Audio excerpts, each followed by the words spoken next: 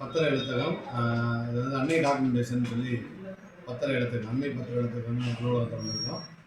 திறந்து வைப்பதற்காக நாம் தமிழர் கட்சியினுடைய சர்வதேச செய்தி தொடர்பாளர் அண்ணன் பாக்கியராசன் அவர்களும், நாம் தமிழர் கட்சியினுடைய கொள்கை பரப்பு செயலாளர் அண்ணன் சாட்டை துரைமுருகன் அவர்களும், நாம் தமிழர் கட்சியினுடைய மாநில ஒருங்கிணைப்பாளர்கள் ஒருவரான ஆவடி சட்டமன்ற தொகுதியை சேர்ந்த நல்லதம்பி அவர்களும் வந்து இந்த நல்லபடியாக இந்த அலுவலகத்தை திறந்து வச்சாங்க.